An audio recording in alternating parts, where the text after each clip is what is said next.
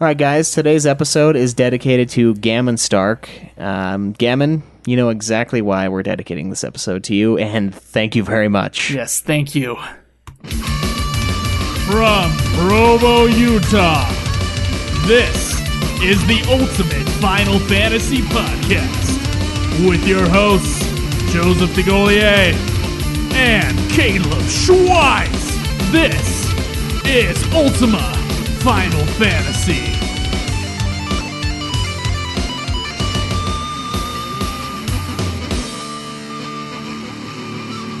Welcome to another episode of Ultima Final Fantasy, the ultimate Final Fantasy podcast. I'm your host, Caleb Schweiss. And I'm your other host, Joseph DeGolier.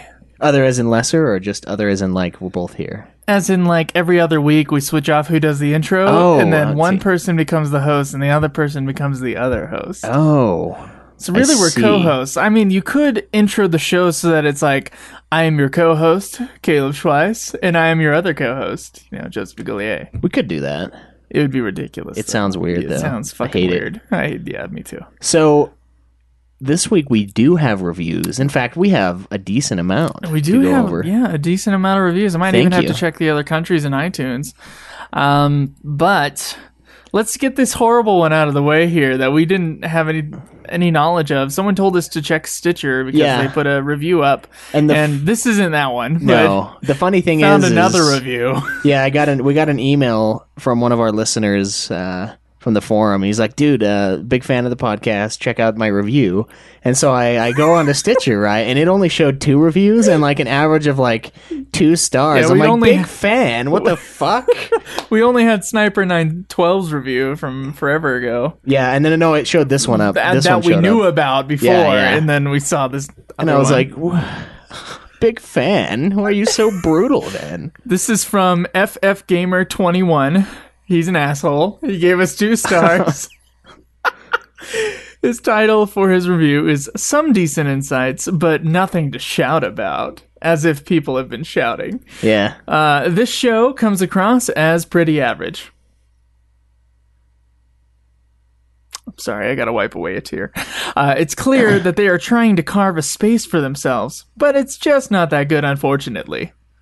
There are better alternatives out there. Yeah. Helpful? No. Click the no button. Report? Yes. No, just kidding. You clicked no on helpful? I did.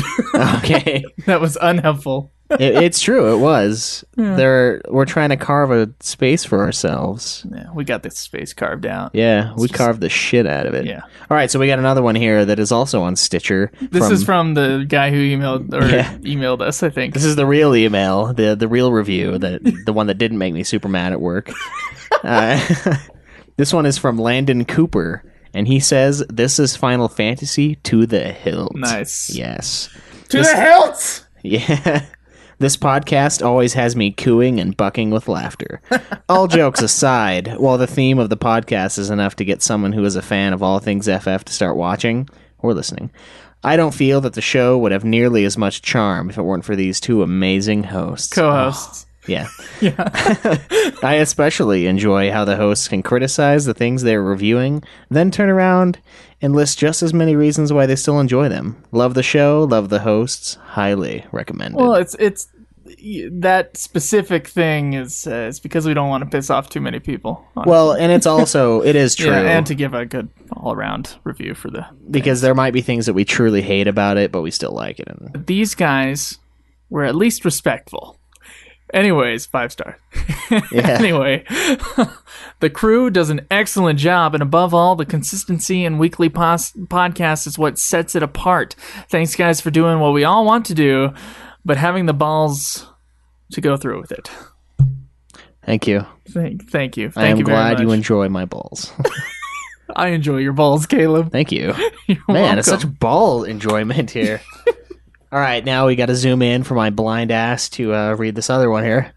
All right, so this one is titled Awesome, 5 stars. Did you just hiccup in the middle of that? My voice cut out. You were like, awesome. Yeah, awesome, 5 stars. There you go. By Really 511. Really? Really. Okay, all right. Funny, awesome, and entertaining. if you're looking for a podcast that has people who truly love FF, a podcast that is funny, and a podcast that can really relate with you for things FF related, Ultima Final Fantasy is the podcast for you. Oh, by the way, Final Fantasy 8. 7, sorry. Final Fantasy 7 all the way. You are blind. The only thing I wish they would change is the sequel policy. Yeah, so does Caleb, but it's too late now. Yeah, I'm in hindsight, I wish. I'm a huge FF7 Crisis Core, and 5 at least, and 4. 4 had better story. 4 was, remember, we were floored by 4, but then 5 just like blew it out of the water. Well, I was floored by 4 until the last hour, and then I was like, God damn it. Why? I like 4 quite a bit. I hated the ending. I think it's garbage. The wedding? Yeah, no, the wedding, and then everyone, all the sacrifices being like, no, it's okay, they're fine. That too, yeah. That weak. That weak twist. Yeah, you're right. Other than that, though, it was great. But I love 6. So I love I'm 6 sorry, too. I disagree with you on the 6 thing. But thank you so much for the 5-star review. Caleb Craig, you're the one who's played Dirge of Cerberus for a decent amount Caleb of time. Twice, not Craig. Just kidding. I have 2 friends named Caleb, and they have both. We both have played Dirge. Been on this podcast, and you both played Dirge? Yeah. Okay. I played a very small amount of Dirge. So. You know, I actually did enjoy it. I liked the game. Okay. And I liked the optional missions, and I don't really remember the story, which isn't that good of a sign per se. But I did enjoy the third-person shooter aspect, and it was just kind of a fun game. I mean, obviously it breaks tradition, a lot. It's not like with Crisis Core where it's still similar on our schedule as far as when we're going to play, and what server and all that in the coming once months. It gets closer. Yeah. Yes, we still got. And 10. we are pretty close to Final Fantasy IX being done. We might have it done by next week, like we said. Yeah. Yeah. I will. You will. You're in the final area, and I'm about. Did you say it was like 3 or 4 hours behind you? Yeah, probably. Okay, that's not that 4. bad. That's no, not bad. I might just do that tonight. I might just play to where you are tonight. Maybe you should. Yeah, we'll do that. We got to do this episode though. We do. Damn it. Okay. All right. Well, we do have another review. I know this is like review hysteria here, and maybe this is why people don't put the reviews down. But I love it. It's very helpful. Yeah. And this is from Canada. This is from Ultimax 7777. An upbeat and fun FF experience. Ooh. After just 1 episode, I was in love with this podcast. The hosts are interesting, hilarious, and down to earth. Keep doing what you're doing. Thank you very much. Yeah, thanks. Ultimax 77. Glad somebody thinks I'm funny. That good for you. Yeah. Good for you. Oh, man. So what are we talking about today, Caleb? Well, today we will be reading and discussing the legitimacy of the theory that We'll get to it next week. We're just having too many reviews right now, which Yeah. is not a bad problem to have. Guys, post reviews. We'll get through Yeah, it. don't listen to him. It's great. Yeah, okay. So, but before we get to that, you know what we have to do? Got to get to the news, Schweiss. Oh, man. You're right. We should. News.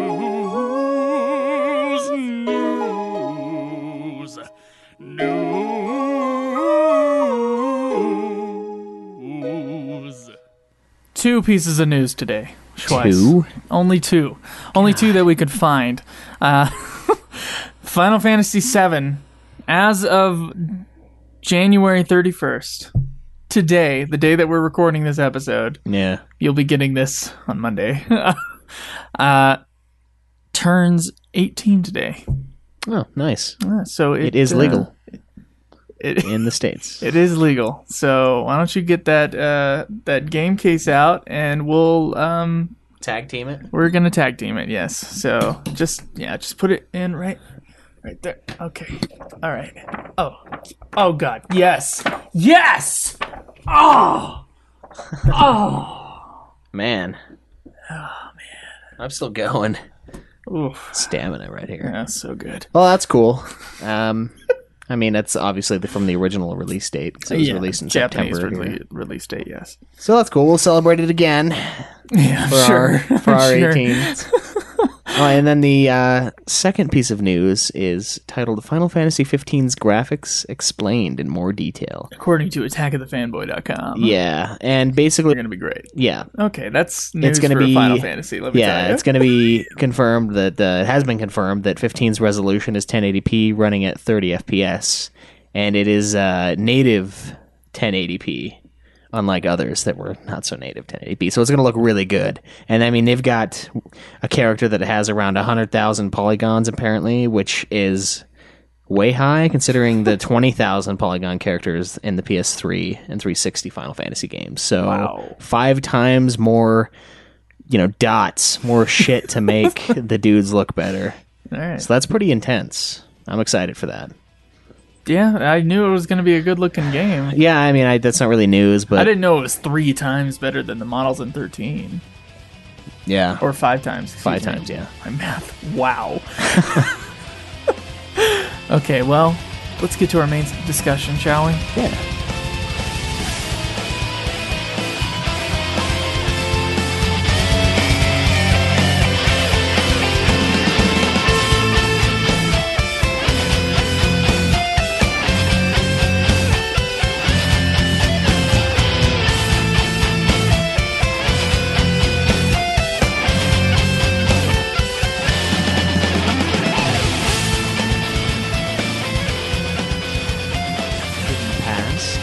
Rinoa becomes a sorceress partway through the game. What? Yeah. Oh, we were talking about Final Fantasy VIII, right? Yeah. Way to intro that. That was the intro. Let's start reading. Yeah, so I mean, like we said earlier, we're going to be going over the Ultimacia is Rinoa theory today. This is part of a nice little, wrap up of Final Fantasy VIII, all the little theories, at least the ones that we care about. Yeah, we're going to have like a 2-month section in Final Fantasy X where we have like nothing to do. So all those Final Fantasy VII about it. That would be really cool. He said he'll allow us to take the audio from it. Yeah, so. that would be awesome actually. It's too bad we didn't have those when we did 7. Yeah, I was thinking that too. I mean, we had a gap between 7 and 8, so we could have done that then, but damn. Damn. But it doesn't matter. No, I mean, it's still okay. Final Fantasy. Yeah, still Final Fantasy. Okay. So the idea is that Rinoa becomes a sorceress partway through the game, which we already know. Sorceresses in the world of Final Fantasy VIII are prone to becoming evil and wreaking terrible destruction. That is true. Mm-hmm. At the time of the game, the world is just recovering from a conflict known as the Sorceress War, which is the whole thing with Adele and all that. Don't know about like just recovering. Is that accurate? It's not that far beforehand. It was like 14 years or something like that. Oh. Yeah. They recovered really quickly then. I don't remember that being that recent. Normally with Final Fantasy, it's like 1,000 years ago this took place. 1,000 years ago, always, or 1,000 years into the future. So maybe I just inserted that where it said 14. I just assumed it meant 1,000. 1,000 year gaps. Concerned, Rinoa goes to Adia Kramer, and no relation to the other Kramer that we know, a former sorceress herself, for advice. Adia explains that sorceresses can easily become corrupt by their power, but that this can be avoided by relying on the support of friends. In particular, Adia advises Rinoa to find a knight who can offer her emotional support. Rinoa's love interest, Squall Leonhart, volunteers to be her knight. So don't remember that. No. Like maybe disc 3 and 4 he volunteered, but disc 1 and 2 he was paid to do it. I don't think he was specifically... I don't think he ever specifically said, I will be your sorceress knight. Yeah. All right, so based on this conversation, one theory suggests that evil sorceress Ultimacia is actually a future version of Rinoa, driven mad by grief after Squall's death, who intends to compress time as a way of regaining her beloved. Okay, you know what? I like this theory already. I've never read over this theory. It sounds awesome. Yeah, I had a feeling when I was playing. I was like, I wonder if Ultimacia is Rinoa. Like I had that. I was like, maybe it is. It doesn't make sense that she's like fighting herself. That's stupid. If she kills herself in the past, then she never gets to, become Ultimacia, and then she never killed herself. All right, so others claim that Ultimacia is in fact a future Rinoa, based on several hints within the game, such as the fact that Ultimacia's GF bears the same name Griever. as a ring that Squall gives to Rinoa during the course of the game. However, before fighting Griever, Ultimacia claims to attach one of the party members, Squall, attach to one of the party members. It can be assumed that in doing so, Ultimacia's GF, or in fact Ultimacia herself, takes a part of Squall, which he holds close, the Griever emblem.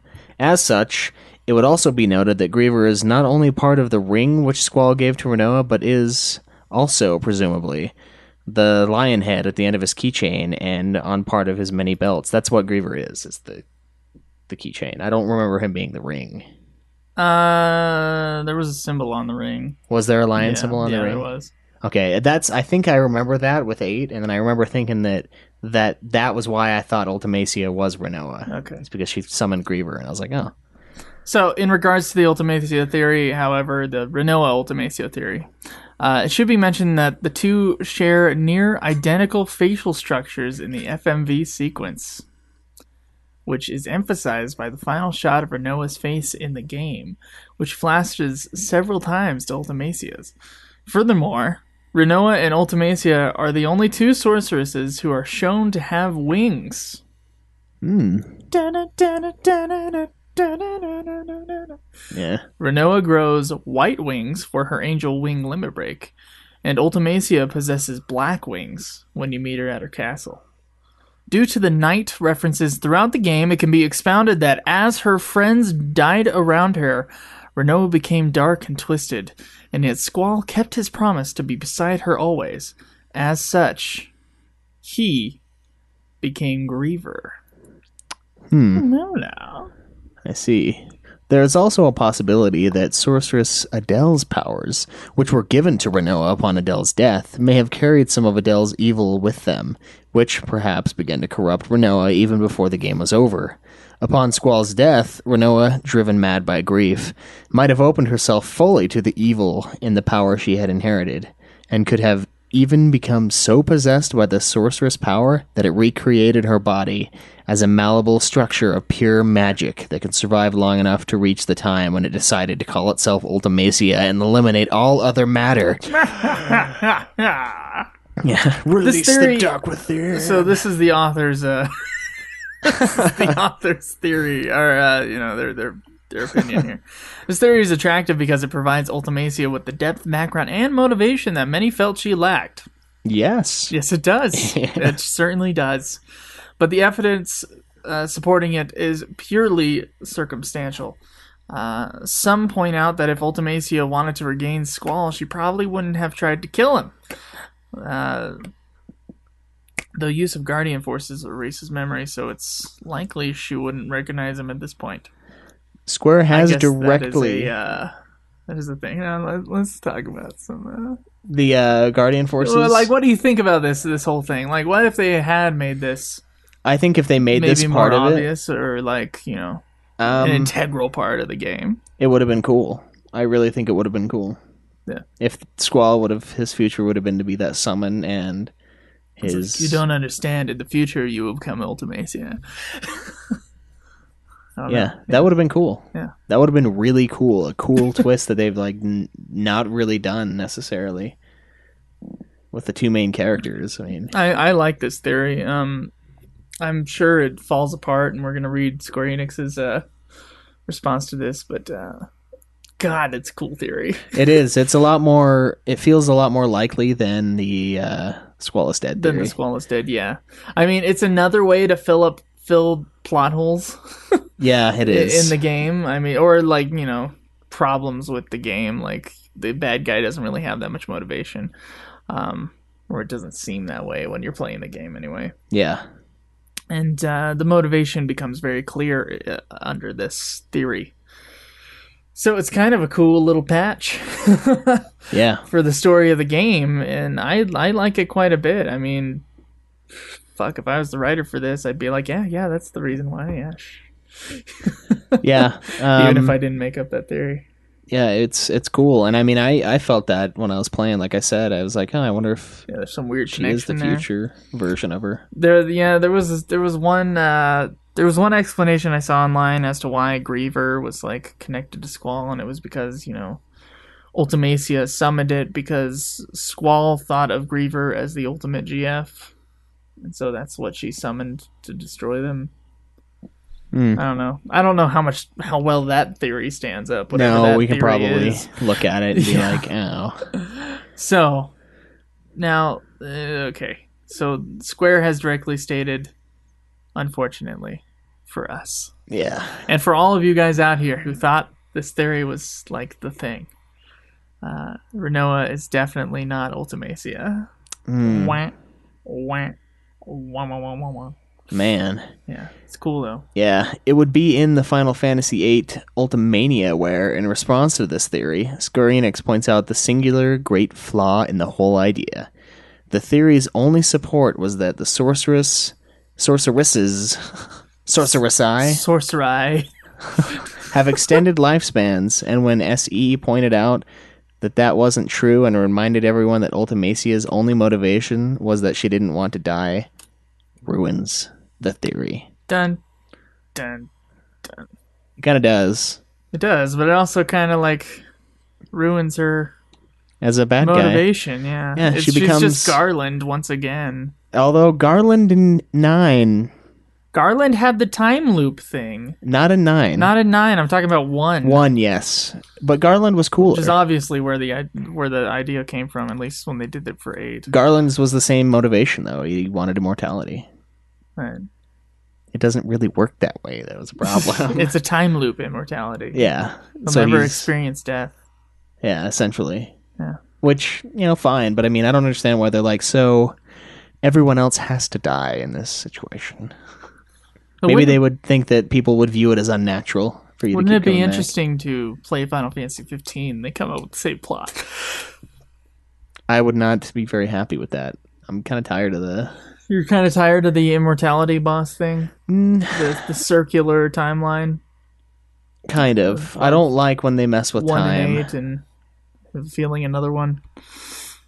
I don't like when they mess with time very much because it doesn't hold up. You don't like time plots? No, I do think they are kind of weak. Like, it's like, well, it's just because of this, and that's just something that you got to just accept. And I'm like, I accept so many things from these games as reality that I can't accept this.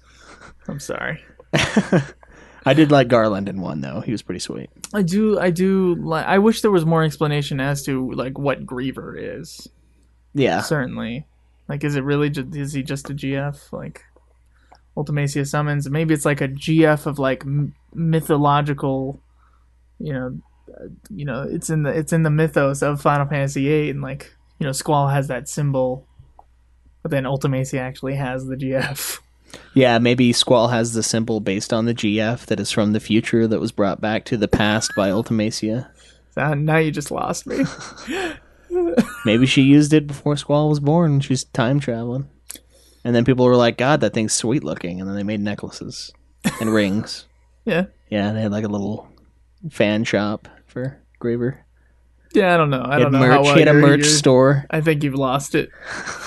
You don't think a GF would, be businesslike and open up a merchandise store for themselves? Maybe Ifrit or the brothers. Yeah, maybe. The brothers are probably like business moguls. Oh, Diablos, definitely, actually. Yeah, evil. Yeah. Evil man. Yes. Just clever. Yeah. Just clever. I will destroy you and reap the profits. All right, well, let's move on to our next segment, shall we? Yeah. Did you know? Did you know?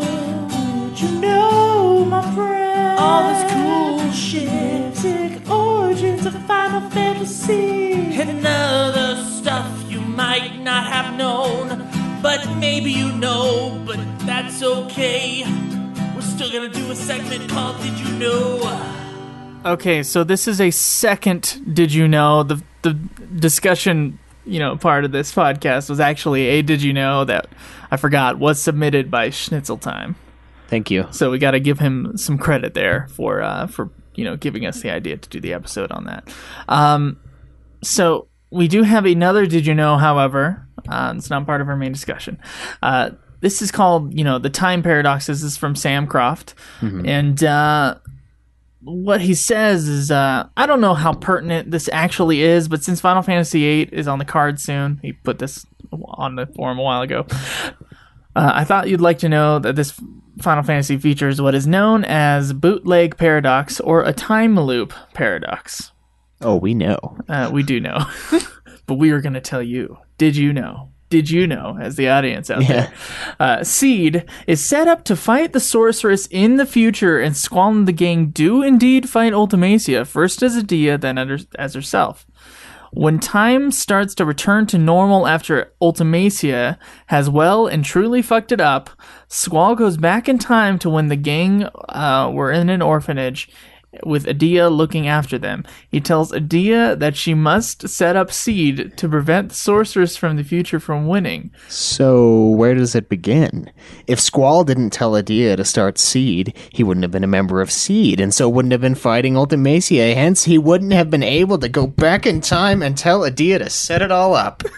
Gotta love some good old time travel. Sam Croft says he's joking here. I just think time travel is just a weak literary device. There's too much that could go wrong, I think. That's what he says. I agree. He's right about the time paradox thing. You know, I live with those kind of plots. I see the logic in it, but then I also see the paradox, certainly. Yeah. The problem that you would have is if you really like hate the idea of fate, I guess, then I guess you'll hate those type of plots. Maybe I must then, if that's the reasoning. So you're like Neo. Because I think there's a part in the Matrix where Morpheus is like, "Do you believe in fate, Neo?" And he's like, "No." Yeah, I Don't don't. believe don't have control of my own life, or whatever the fuck he says. Don't believe in fate, then you'll never believe in this literary device. Yep. Maybe that's... Hell, I don't know. That could be the reason. Yeah. So I think Old a lot samurai. of... I think the Squall is Dead theory, that whole website was talking about, I think, destiny and fate. Yeah. Kind of, right? And It they were mattered a lot. they were talking about how that was a big theme in Final Fantasy VIII. And I still think the theme is love, like Square Enix says it is, but certainly it is fate. If that's what Squall has to do, Squall has to tell, Adia to set up Seed so that little Squall, can become Big Squall and kill Ultimacia in order then to go go. back in time to... Yeah. Yeah. Yeah. I think that does play a part of 8's story, but it's not as big of a part. Yeah. So yeah, thank you, Sam Croft, for that. Did you know? yeah, thanks, man. Yeah, we're gonna clear house a little bit here. We got a couple more segments to go through. Yeah, let's do it. So let's spot something. Let's spot an effort.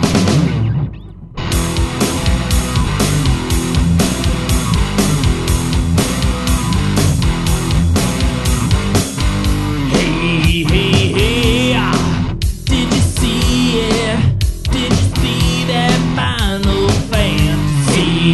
Hey, hey, did you see it?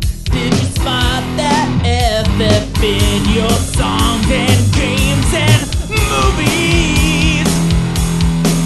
Spot that Final Fantasy. All right, so this Spot the FF was submitted by Shinru, a Knight of the Round, mind you. And it's an interesting one that I was very surprised about when I looked at it. I was like, are you sure? Basically, he said he spotted Yoshitaka Amano in a movie. So there's a link on the forum under this Spot the FF, and it says, was in the mood for some cyberpunk films and found this one. I was surprised to find Amano playing a character in the movie. I never thought he was an actor too. Neither did we. Might not be exactly Spot the FF worthy, but Amano is responsible for FF artwork, and it would be like finding Sakaguchi or Uematsu acting in a movie role. I think it is quite apt. Yeah, and the movie is called New Rose Hotel. It's made in 1998, directed by Abel Ferrara, based on a story of the same name, starring Christopher Walken, Nice. Willem Dafoe, and Asia Argento. I don't know who that is, but those two are awesome. Yoshitaka Amano. Let's count the names here. 1, 2. It looks like he's 8th build. Not That's- too bad. no, not Sporting bad. role. As Hiroshi. I looked at the film's Rotten Tomatoes rating, and I think it was 0. I'm not 100% sure. It was really low, though, and I was like, gonna have to watch it anyway. We didn't watch sweet. it though, unfortunately. We just haven't yet. But so this is the plot synopsis from Wikipedia. Fox, played by Walken, and X, played by Defoe, are corporate extraction specialists, half headhunters, half kidnappers, who specialize in helping R&D scientists relocate from corporations who would rather see them dead than working for their competitors. Fox is obsessed with one Hiroshi, played by Final Fantasy artist Yoshitaka Amano, a paradigm-shattering super genius who is currently working for Mars, the corporation. Gibson employs the pre-World War II term Zaibatsu, who crippled him. To that end, Fox and X employ Sandy Argento, Shinjuki Argento. girl or small-time hustler / call girl, to help persuade In quotes. Hiroshi to defect to Osaka. Another is Zaibatsu, to which Fox is somewhat warmer. Fox is responsible for brokering the deal with Osaka, Sandy for getting Hiroshi to fall in love with her and defect to Osaka Lab in Marrakesh. Fox and X are based in Tokyo, hence their ability to pick up a Shinjuki girl. And X is responsible for teaching Sandy how to make Hiroshi melt. Sandy disappears, Fox is killed, and X retreats to the safest place he knows, the New Rose Hotel. A derelict capsule hotel. So it's ruined for you. You don't have to watch it. That is a very small plot synopsis for a I movie. feel like probably one of the dudes who made it got on here and was like, why is there no Wikipedia page for my movie? And then wrote that. Because look at the persuade in quotes. Yeah, What the it's- fuck? seems fishy here. Well, Shinru, did you like the movie? yeah, let us know. I mean, I'm probably gonna have to watch it just to see Amano. It's That's sweet. Oh my god! It made $21,521 at the box office. That's bad. That is really bad. Of course, it doesn't say what the budget is, so maybe it's Well, it had Defoe and friggin' Walken. Did have in it. Walken and Defoe in '98, so Probably not good. yeah, probably not. Oh my god! All right, we got a little tactic you might need. Ooh. Let's get to it.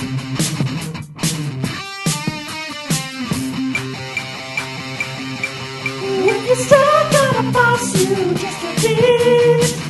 You know you need your best. When you're looking for items that you see, You know we'll help you out with some tactics you might need.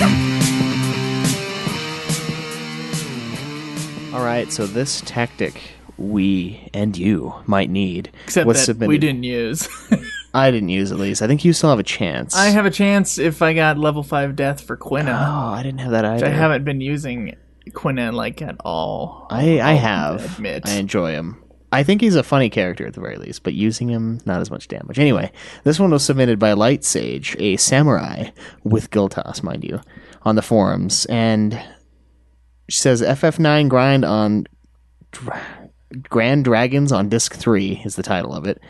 Pretty much everyone who is familiar with FF9 knows that killing a large number of Grand Dragons is one of the best ways to level up before the end of the game. But if you play your cards right, you can take advantage of this great way to level up before the end of Disc 3. Damn it. You just need a few things. The airship, Quina in your party, auto haste on Quina, and the blue level 5 death magic. Dun, dun, dun. Grand Dragons can be found outside the cave/library named Daguerreau, which is on the largest of a cluster of islands on the southwest side of the map. You can get level 5 death from the enemy Stroper, the giant tree thing at the Ifa tree. Maybe I should try that. You will not have Quina in your party the first time you go there, but you can head back with Quina to get access to level 5 death. The giant tree-like thing. Do you remember those, the tree monsters? Yeah, I do remember the tree mon. Is it talking about? It's not talking. She's not talking about the boss. no, she's no, talking the about regular The enemies. regular enemies. Okay. Yeah, you have to feed on them. Yeah, those are the zombie ones, aren't they? I I think they had zombie. I think they did Yeah. equip that. Okay. I should have done that. Yeah. Oops. I can still do that. Okay. I didn't do it either, so. I can still do it. Maybe I should try this. Maybe I should have tried this before doing this tactic. All right. So normally it's so hard to use abilities that depend on the level with the enemy. So let me make it easy for you. Grand Dragons are level 60, which means that level 5 death will hit them every single time, and one hit kill them. You can do this without auto haste on Quina, but it just makes the process easier. Do whatever you want to the other characters and use level 5 death with Quina for an easy win and a lot of XP. This is actually really good advice. Okay. Not that I should be surprised. All you have to look out for is the Thundaga attack, which can KO a weaker character in one hit. You can protect against this by wearing armor that protects against thunder, or you can just take advantage of the fact that you're 3 steps away from Dagaro and they're in. It's insane how quickly you can catch up low-level characters, or just buff up your party to ridiculous levels by taking out these Grand Dragons. God, it's so hard for me. At this early point. Grand Dragons? Grand Dragons. Right. Grand Dragon. Oh, that is a great tactic that Caleb will not use, actually. I'm sorry, Light Sage. Why don't you try it? I don't think I can. No, you can go back to the Ifa tree with Dude. Quina. I could, but I don't need to level up this thing. I'm already like level 50. Okay. All right. Sorry, man. Maybe I'll try it. If I'm ever stuck between now and the end of the disc, I'm going to try it. Sorry, man, to you, not to her. Yeah, that's not a man. At least, yeah, that's what you put on the forum, that she was a woman. Well, thank you very much, Light Sage. That was that can be real helpful for someone playing 9 out there. That was real nice. Yes. You know what? Here's the thing that everybody's waiting for, Caleb. Is it the question segment? Questions for us. We would like to hear from you. You. To our forums. Don't contact us on Twitter. Get on and ask your questions. We'll answer them within a week. This is the question segment. Ask and you will receive. Okay, so our first question actually came from an email from Luis Ribeiro, and we dedicated our Final Fantasy VIII review episode to him. He is, of course, one of our Patreon supporters. And you other Patreon supporters who have not gotten your, dedications, just wait, they're coming. It'll happen. Yeah, we want to give them, special episodes. Not that this episode isn't special. Yeah. It's not as special. All right. So, with the FF15 and Type 0 HD going in a direction that appears to be more action-based RPG and abandoning the turn-based style completely, or almost completely, do you guys think that turn-based RPG will eventually die in Western countries and be something almost exclusive for Japanese public? Asia, Japan, public only. Mm-hmm. With even big translated titles becoming something more rare year by year, and how do you guys feel if this scenario became, more real? I don't think there's really going to be a time where there aren't turn-based RPGs. I mean, they might not be as popular as the more active time or the, action RPG. But I don't think they'll ever go away completely. I think generally when people say turn-based RPG, I think they're including active time battle. Yeah, which is not the same. Because you're selecting it from a list, but yeah. But there are turns. You just don't know what they are. No, there's not turns. Everyone can go whenever The their turns time, change depending on the time. depending on their speed and how long it takes you to select. Yeah. So I guess yes, there are turns, but there are turns in It's still one person going and then the other person going. Yeah, I mean, you could say there are turns in Kingdom Hearts. It's my turn to hit you 50 times in a row, and it's your turn to take it. Yeah, but other things can hit you while you're hitting. That's true. Yeah. It makes it more action. It doesn't stop. The world doesn't stop for you to take a hit. Like in 10, you can just chill. Yeah. I don't think it'll necessarily go away completely, but it is slowly dwindling, I've noticed. I mean, certainly with developers here in the United States, which is the biggest place for game development, the RPGs made here, they're not turn-based. No, they're not turn-based at all. They're action. So as long as it's still popular in Japan to have games like Dragon Quest and Final Fantasy, which they're still popular over there. As long as those are still popular, then yes, there will be some sort of turn-based thing. Yeah, and I like both of them, so I won't be like heartbroken because I own all of the Final Fantasies almost, so I can play turn-based if I want. Right. So I don't know, and like Skyrim and Oblivion, stuff like that, those are all RPGs, and they're not turn-based at all. They're fantastic. They're not turn-based. You know, I would personally like a system like the Fable system from the first Xbox, where it was like, you know, certain commands, you could set your commands and like what hotkeys would be what commands. Yeah. That was a really good, simple system for RPGs, and I'm wondering if they might do something similar for Final Fantasy 15, since it is supposed to be an action RPG like Fable. I don't know. I would like to see that. Yeah, I think it'll be interesting to see what they do. Yeah. So, you know, we'll see 15, but as we've heard, 16 is going to be more traditional. Yeah, so that means turn-based. Or some kind of selection system, Yeah. which is what we're used to in Final Fantasy. Because, I mean, 12's not... I guess if we're counting active time as turn-based, then 12, I guess, is turn-based. But, actually, no, it's not, because things can just attack you whenever they want, can't they? They can attack you while you're doing shit. It does pause in 12 while you're doing that, but It does. your character, like the enemy doesn't wait for you to hit them when you're doing your animation. No, it's No, a it little. doesn't. It's So a I guess little 12's different. not turn based. Yeah, it's like a hybrid, Yeah. which So- is the point. So maybe when we say turn based, we're talking about just, you know, a menu selection attack system. Yeah, Oh, we'll see. I We'll mean, see. it all depends. I doubt they're going to go away completely. I'm with you. I mean, there might be some kind of, maybe in a couple years from now, there will be like a 5-year gap from which there are no turn-based-esque RPGs, and then suddenly some company is going to be like, no, we're going to bring it back, because that kind of shit happens. It does a lot. So. No good system is ever going to go away completely. Yeah, there's always fans. At least that's what I hope for, at the very least, 'cause Right. I do love the turn-based. All right, Caleb, we're going to try to answer all these questions in our forum. So, which one do you want to answer first, or what do you want to save for last? That Let's save. Let's save that one for last, Okay. and let's do this one first. All right. So this one is titled "Single Player Social Gaming." Interesting. From Gammon Stark and Ultima Weapon, the Ultima Weapon, even on the forums. Is he the only one? No, Okay. the ultimate weapon. There's a whatever. few. I think there might be a few Ultimate Weapons in our forum. Yeah. At least people that were Ultimate Weapons at some point. Yeah, we've evolved. So basically, he says, I remember when it was mandatory to have 2 controllers for your console, and if you were lucky enough to get a multi-tap, 4 controllers.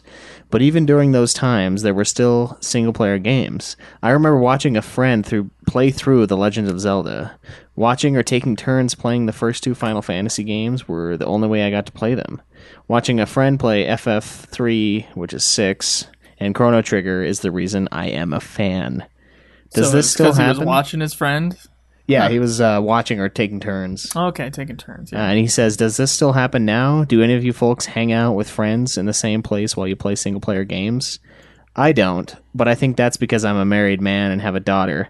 I remember many a weekend of bringing my PS2 over to a friend's house. He would play EQ on the computer while I EverQuest, I played... believe. Yeah, EverQuest. On the computer while I played whatever RPG-related game. We would break for food or Adult Swim. Sometimes we would make random people on Tony Hawk or wrestling games. Jesus versus Santa. That was a match to That witness. sounds awesome. Now I usually play on a handheld while my daughter watches MLP or plays, or she watches me while I play a console game. She loves the music and colors of FF10. So does this still exist, or is it all about playing in separate places but connected by the internet? How many times have you come over? It exists between you and I. So I'm not sure about any other type of situation.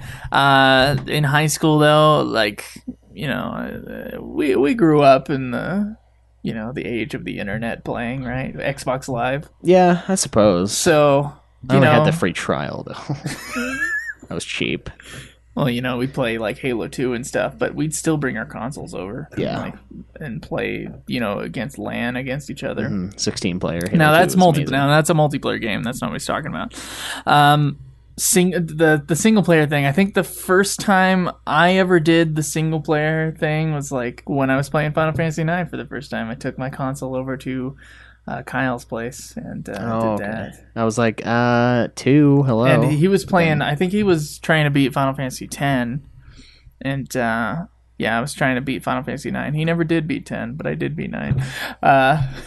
He got to like the Ronso fight, which is near the end of the game, and decided to call it quits after that. I don't know why. So you think it does still exist, at least for you? Somewhat? Maybe just for young single people.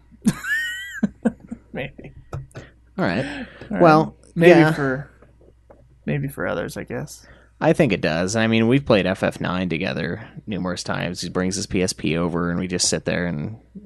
Yeah, so he's on the TV, and I just take my PSP over there. Yeah, we've done that, That's and nice. we played FF2 in the same room for a while. We just kind of grabbed another TV and another We both PS2. had FF3 on mobile, so that was an easy thing to do.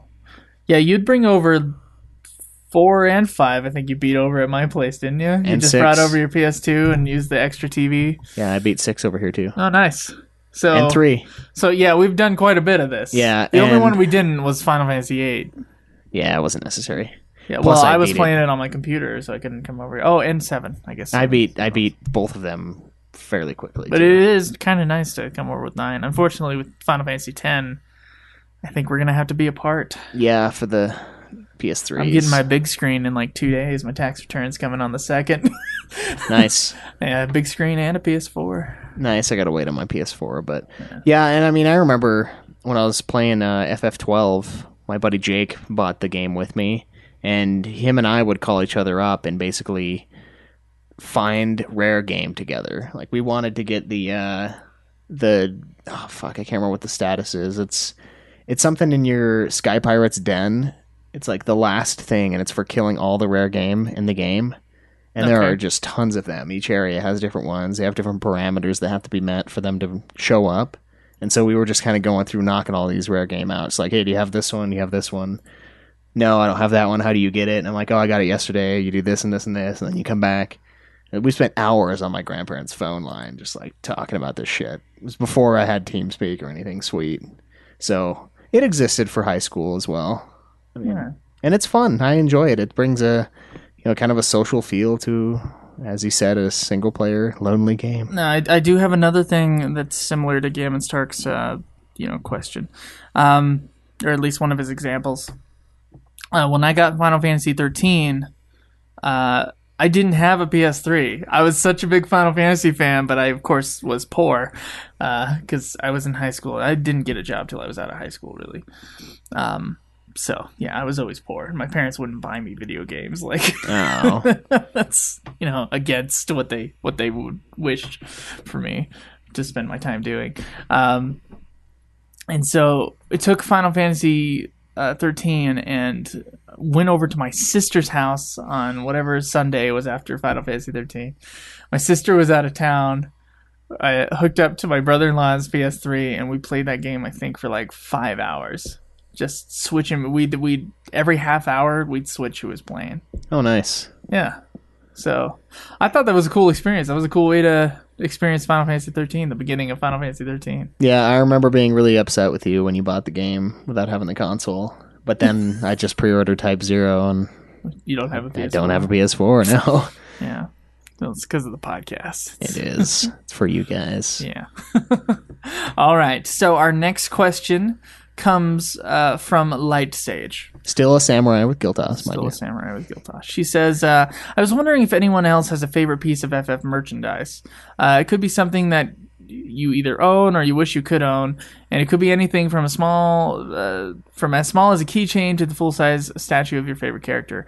My favorite piece of FF merchandise is something that I own. When I first got my job, I was so excited about having money that I got a bit crazy when it came to spending it, which is how I came to buy a full-size replica of Masamune, Sephiroth's signature sword. Holy shit. It is longer than I am tall, but it's so awesome and definitely impresses people whenever I show it off. Whenever she shows off her long sword. Whoa. Yeah, impresses. Well, do you have a favorite piece of FF merchandise? Well, let's look through some of these things because I'm not really a merchandiser, but I'll talk about it in a second.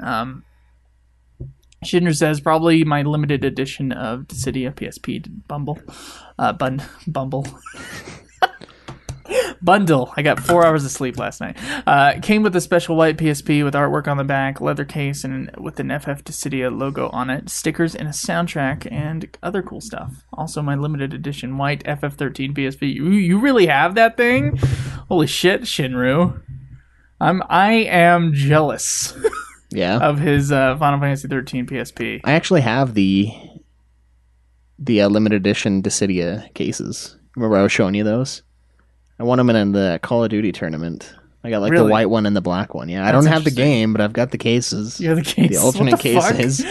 Yeah, it was sweet. Dude, Shinra, I wanted that white PSP or PS3 so bad, man. Really. I didn't even know it was a thing. Oh, it's a thing, man. Look it up. It's beautiful. It's beautiful looking. Void says he likes those Play Arts figures, those action figures, I believe. Oh, okay.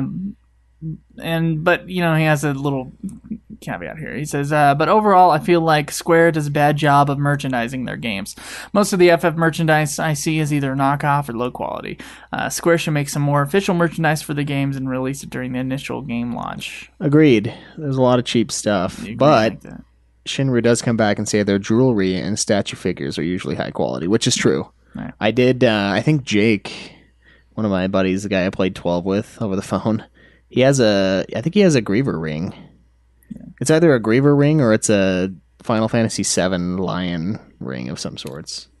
I think it's Griever, though. Caleb has the necklace from Final Fantasy VIII. Yeah. Yeah. That looks fine. Thing's high quality. At least it feels it's metal. Yeah.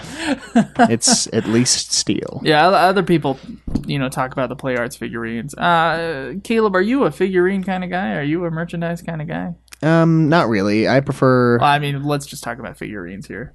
Figurines? No. No. I have one when I bought the special edition of Resident Evil 5 that came with this, Chris figurine. It looks like shit. It's, horrible. I don't know. I always feel weird when I go into someone's house and... They have that stuff. There's there's action figures. I don't know why I feel that way. I guess I probably shouldn't.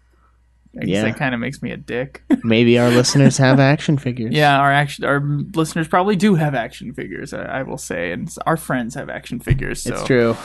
Yeah, Caleb. I just don't. I just don't have any action figures. Yeah,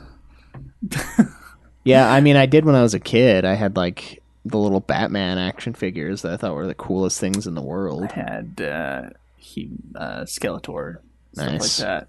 Skeletor is sweet. Yeah, Skeletor was sweet. Well, yeah, not really. I mean, as far as merchandise goes, I'm not really drawn to it. Soundtracks, I have shown an interest, and I purchased... I got the Distance Worlds soundtracks, the first two. I don't know if there's any more, but the two CDs, Distant Worlds. Yeah, those are really good. I've looked into buying soundtracks, and I enjoy them. I mean, there's some great songs. I YouTube the shit out of the Final Fantasy theme songs and whatnot. Yeah, I was listening to Terra's theme for 40 minutes a few weeks ago, planning the 8 episode. Nice. Yeah. But it totally got you in the mood for 6. It did. Which made me not want to write the review for 8. Other merchandise, though? I mean, besides soundtracks, you said, What about, would you buy a Final Fantasy t-shirt? Caleb, Craig bought me a Final Fantasy t-shirt for, Christmas or my birthday at some point, and I wear it every once in a while. I don't know. I'm not really a t-shirt kind of guy. I mean, mostly I wear polos and, plain shirts. Oh, so you're a douche. I'm not a douche. I'm just kidding. You look at you. You're wearing a freaking plain button up. I wear stuff like that mostly, like flannel, stuff like that, you know. It's because I look good in this. Yeah, so do I. Everyone looks good in it. I don't know. I'm just not much for logos. I feel like I'm like a billboard, like paying someone to wear their symbol around and advertise for them just seems ridiculous. But I'm okay with it. I like it. yeah, Yeah. I don't know. if I Shows would- support. Yeah, and that's true, and I have done that. But Plus, I like the feel of t-shirts. yeah, Yeah. Though they do show off my man boobs. that I don't have. Button ups for the win. Yeah. Oh man. One cool thing I do enjoy when they include stuff in like special editions of games. Like my God of War 3 special edition has a tiny replica of Pandora's box. And like the game came in it and everything, and there's an art book inside and like a hidden compartment. It's kind of cool. I enjoy stuff like that, but I don't know, it really depends on how much I care for the game. So like Final Fantasy, if they came out with a super special edition like Type 0, I'm going to buy it. But if it's every game like Joe's roommate Cody, not so much. He's got like 20 things, like the Gears of War 3 chainsaw thing, which is pretty cool, but not $150 cool. I'm not a collector. I'll get a collector's edition, definitely. Yeah. And as people saw on, the forum, yeah. That's what I like. Because usually it comes with like a soundtrack or something. At least they've been coming with that for the last few years. Yeah, and some good interviews and a terrible, terrible history of Final Fantasy. Oh, and Final Fantasy 12's collectors? Yeah. I remember watching Did you that know and I that was like, Sid? yeah, he appeared here and He did appeared this. here, yeah. Biggs and Wedge with this and this. So that's all you need to know about Final Fantasy 3. Let's move on. Yeah. God. Oh, man. That was one of those videos when, like, Final Fantasy 3 hadn't come out yet, and that was on YouTube. This is the early YouTube days. It's like 2005. That was one of those videos where it's like, oh my god, I want to play all these games. Now I finally have played. Yeah.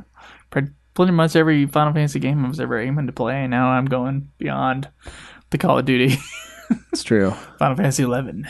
Here we come. Yes. All right. So our next question: favorite weapon from the franchise, from Immortal 142. All right, everyone. What's your favorite weapon from the entire franchise? And we got a couple answers here from forum members. Light Sage says it's a tie between Cloud's Buster Sword and Tidus's Brotherhood. Shinru says he always likes the design for Excalibur, Ragnarok, Mass Immune, and Ultimate weapons in the game. Also likes Edge's various katana weapons in FF4. Probably personal favorite would be Ultimate weapon in Final Fantasy VII, says Shinru. Okay. Schnitzel Time says Quina's silver fork. And then he says, just kidding. I love the look of most of Auron's swords. Sorry. Wow. Aaron. God. It really feels like you're hitting your enemies for ridiculous damage when you're using them. I also like Squall's Lionheart a lot. Although I think it could have looked much cooler if the graphics were better. Yeah. I know. Caleb says Quina's fork is awesome.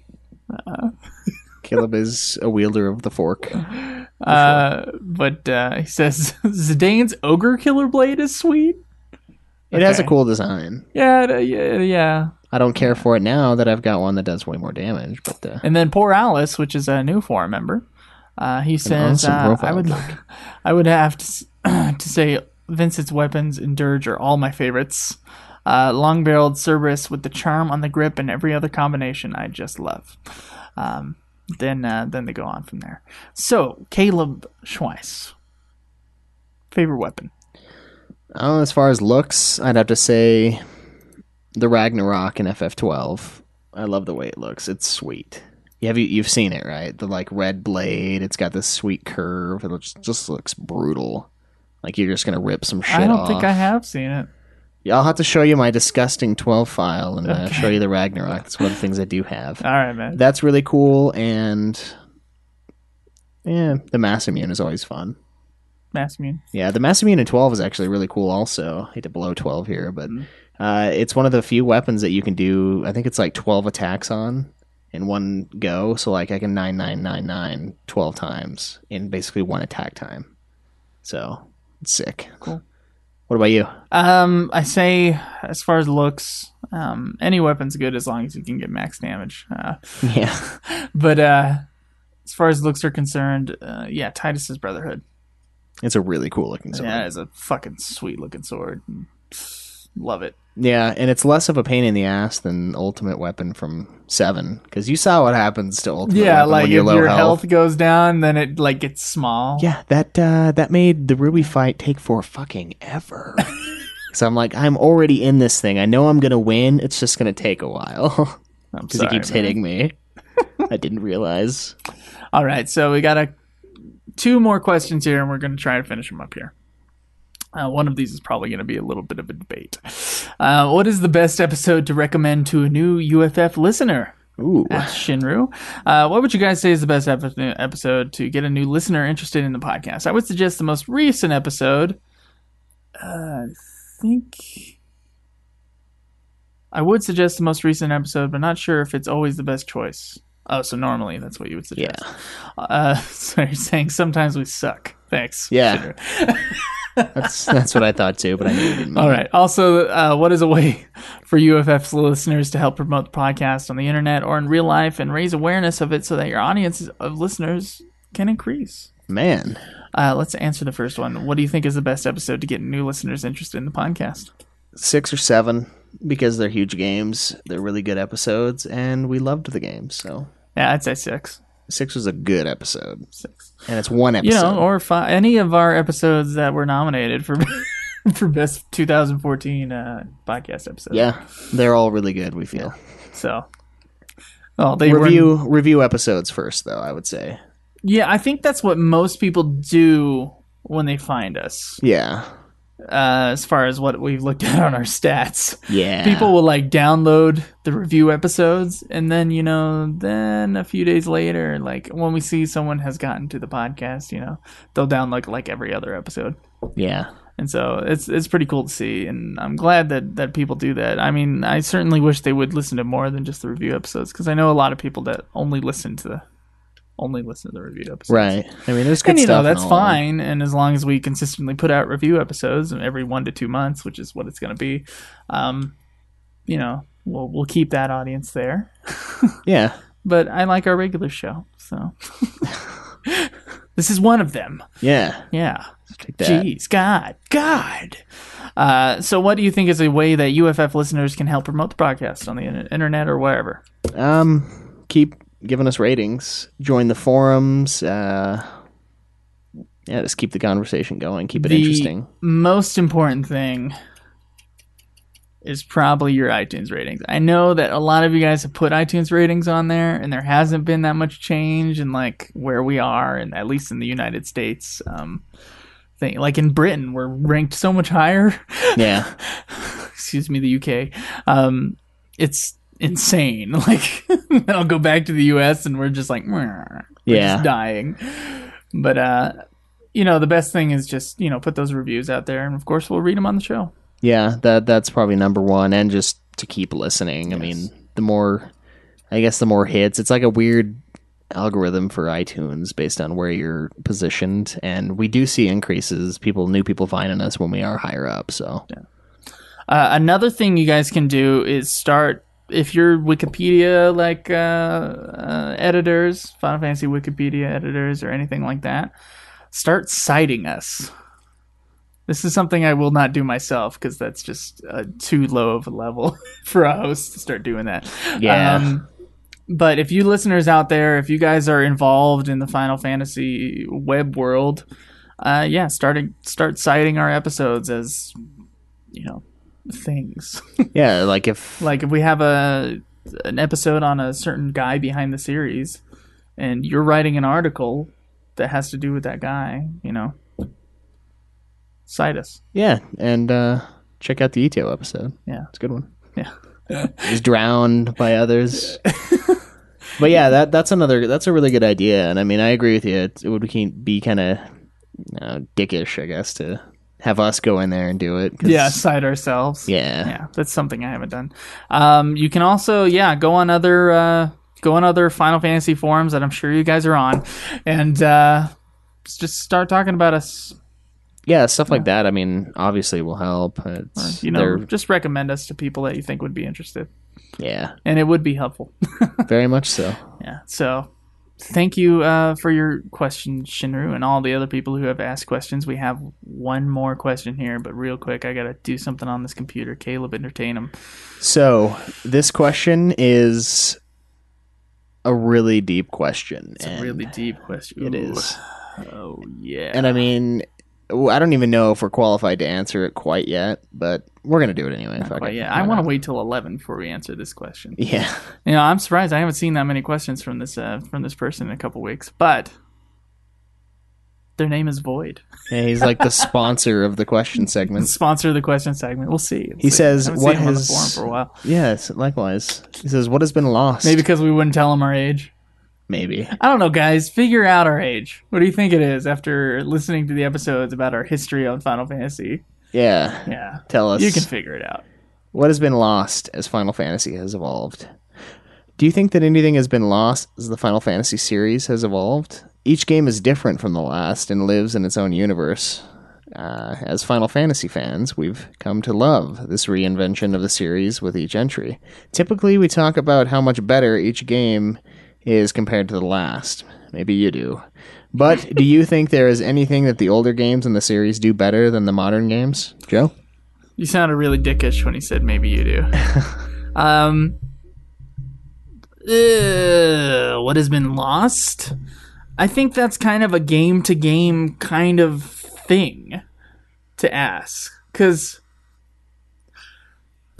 what has been gained is another thing that you have to consider. I mean, Final Fantasy 1 to 2, I mean, you lost the job system, in quotes, and you lost naming your own characters, at least in most versions of Final Fantasy 2.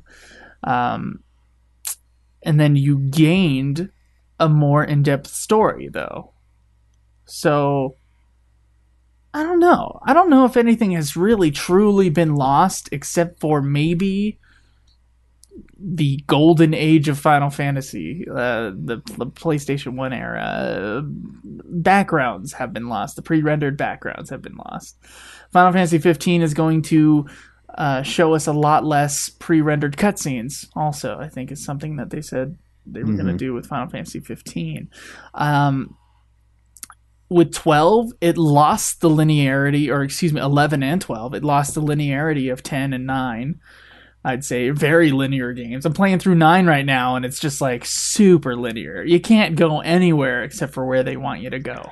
Until you get the ship, the yeah. end. Yeah, and that's how all Final Fantasy games are, honestly, until you get to this part. 7 was not very linear. It's linear. Though. It just doesn't feel as linear unless you're paying attention. Then you're like, yeah, I'm being strung along here. Yeah, you are. I don't have a problem with it. I like Final Fantasy, and I'm okay with linearity. But some people, call that out.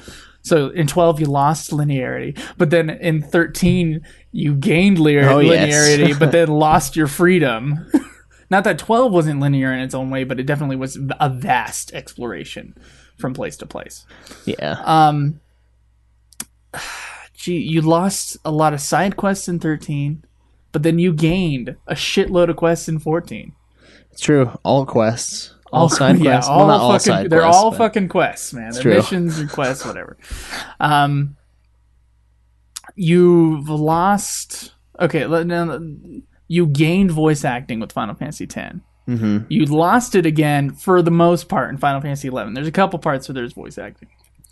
But then you gain it back in 12. And a very good version in 12, I feel. Yeah, it's pretty very, solid. very good voice acting in Final Fantasy 12. Probably the best. Yeah, honestly. It feels more natural than 10 or 13. Of course, we'll talk about that more when we get to those games. Of course. So what has really been lost, except for maybe the charm factor? Yeah, I would say that's probably the main thing. And I mean, now that I'm playing through them, like when I'm playing 9, I can see where 10 came from. Like it's not a surprise. Each game builds on each other. Yeah, except for maybe 8. 8 seems out of place, so to speak. It doesn't seem like a bridge between 7 and 9. It just seems like its own standalone, which is fine. It's just, that's the one, that might be why it is a black sheep. It's because 7, they're deformed. 9, they're deformed and animals.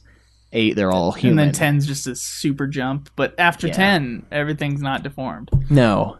But I feel like 8 is closer with 10. Like, it would make more sense if like 9 was Final Fantasy 8 It would, yeah. and 8 was Final Fantasy 9. Yeah. As far as like the design of the games. I get what you're saying. But yeah, 9 feels like 10. There's chests hidden everywhere.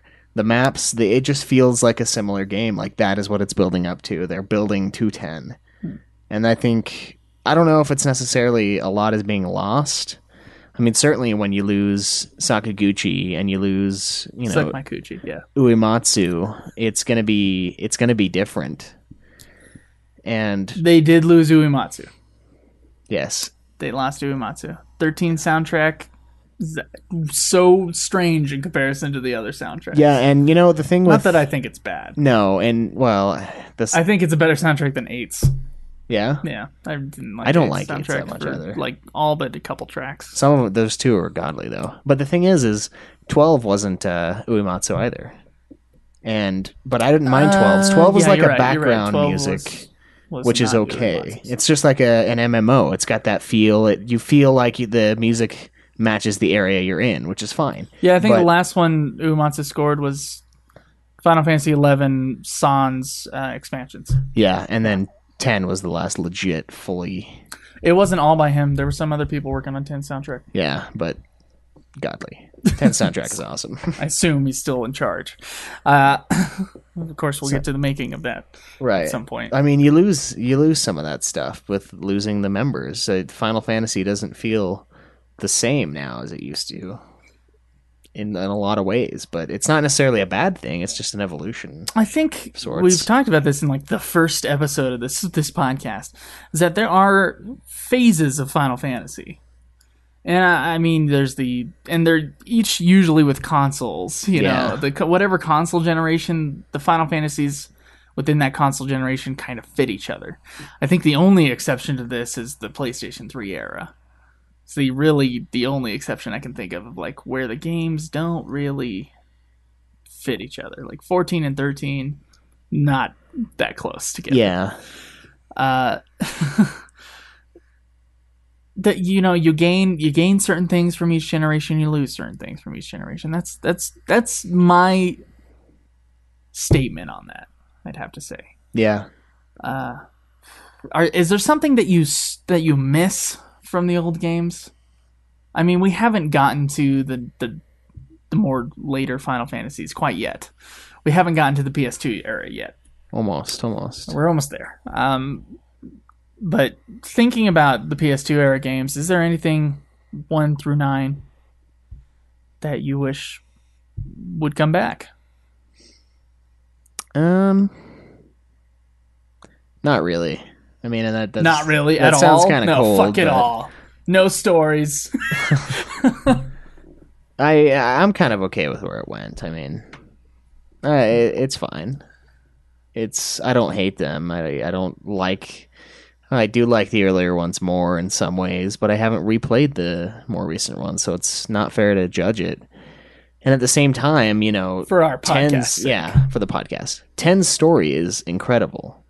It's a really good story. I think it's one of the best stories, and it is the 10th installment in the series. So I don't necessarily miss the stories from the 9 before it. Not that I'm saying that 10's is going to be better no matter what. It's just I feel like that is something that was gained in that game specifically from others. It's definitely super cinematic. It is. Of a game. And some people will say that's a detractor. A detractor, right? Some people say, hey, it's a game, not a movie, but I still feel like, cutscenes are a reward for playing the They are. I totally agree with that. You feel like a dopamine rush. Like when you get to a cutscene, I feel it's good. It's part of the charm of the Final Fantasy games. I would agree. So it'll be interesting to see what Final Fantasy 15 does with. They're not going to have no pre-rendered cutscenes, but they will have less. That's what I've heard. A lot more stuff where it's like action oriented. Yeah, you get to move around. I'm thinking Half-Life 2. I did. You remember the scenes in 7 where it would show you like running up to when you go into the crater. Yeah. Or when something flies over. I always loved running backwards, like away from where I'm supposed to run, just to like defy the game. Like it's like makes me walk up there, and then I'm like running away from the the ship. And then I'm at the ship anyway. I'm like, damn you. So hopefully there's stuff like that. That's kind of cool. But the thing with 15 is it's gonna look so damn good that it's gonna be basically cutscenes to our eyes. Yeah, so do you think there's anything that the older games do better than the modern games? So the most modern game being 14, and we'll say 13 in there. We'll pull 13 within that section because it's both the PS3 era. I think they kind of tried to make it a little simpler. Like 13's story, from what I remember, was Super complicated. really complicated and didn't necessarily make a lot of sense, at least to where I got to, which isn't fair to, say overall. It's just that's how I felt. And the data logs. Fuck the data logs, man. Yeah, I You agree. should have the story in the game, not in these text boxes. I still read them because I wanted to know everything I could, but I shouldn't have to read those, Yeah, I get what you're saying. You should tell the A story. lot of people have problems with the storytelling in 13. And I was actually okay with it when I was playing it. Mm-hmm. I mean, of course, we'll return. Of course, yeah. I really love the gameplay of 13, though. I don't know. It's just game to game. Whether or not you think that 13 is a worse game than 12 or 10, or 9 or 8 or 7 or 6. Like, as you go back, like, how is this game, worse than this one? It's just game to game. So 15 could be amazing. Could Yeah. suck. I don't know. Hopefully not. Hopefully it doesn't suck because I'm going to spend money on it. But Yeah, I'm probably going to get the most awesome edition possible. there's not really any Final Fantasy so far that has really, really been bad, I'd say. So, Yeah. I don't know. I don't know how to answer your question, Void. I think I'll we've be honest. done what we can. Okay. And I think we had a good discussion about it. Actually. Yeah. I mean, and the thing with, like I was saying with 12, losing Uematsu, I mean, the Uematsu's music is amazing, don't get me wrong, but it doesn't always necessarily match the area as well. Like they're more epic songs, like Cosmo Canyon. It does match the theme of the area, don't get me wrong, but they're like super, super in your face, which I like. But it is a totally different feel in 12 and 11 and with these background musics.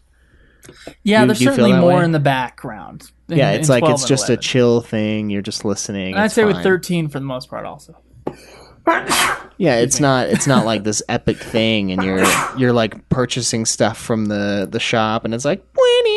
I gotta tell you though, man, the trailer music for Final Fantasy 15 is fucking epic. It is. It's really good. Like it sounds like a full orchestra, and Yeah. it just sounds amazing. I'm hoping that's how it sounds the whole time. I hope so too. Like this, like awesome epic, Yeah, soundtrack. I'd be totally fine with that. All right, so I think that's going to end it for this episode. We want to thank you guys for listening just so much. It's so good.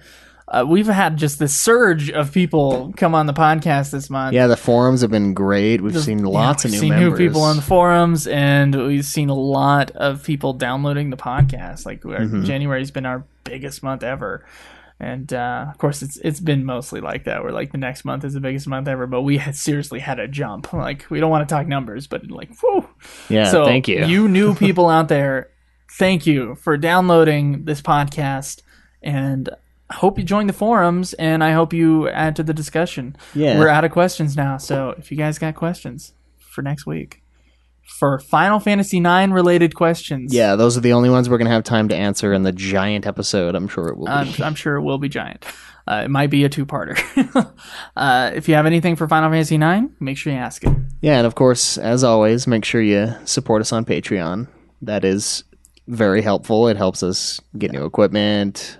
Yeah, we are going to buy a mixer here soon. Yes, and we got to do something with these damn behind-the-scenes episodes. Oh, and Mecha Messiah, listen, we got your shirt, we got your bumper stickers, the mug is a pain. the mug. We tried to do the mug, and then it was like, you don't own the copyright for this, like from whatever thing I was trying to order it from. So we got to try another. Yeah, which thing. is bull because we made the design. Just because it's very similar to theirs doesn't mean we didn't make it. Yeah, well, it's not like he's buying the shirt either. He's That's true, pledging yeah, it's a support, and then pledge. we're giving him a shirt. Okay, We should rebuttal this with the freaking coffee mug company. I'm not gonna worry about. I'm just gonna go with someone else. Oh, okay. So Zazzle, fuck you. Zazzle.com. They don't want our business. Yeah, they don't want our business. Mecha Messiah, you will get your stuff. Yeah, don't worry. We're not I swear to holding God, out. we got your shirt. And jealous of the shirt. And we got your bumper Also. stickers. I even got one of the bumper stickers in my car right now. Nice. So, yeah. Let's end it, Caleb. Yep. Enjoy the grind, guys.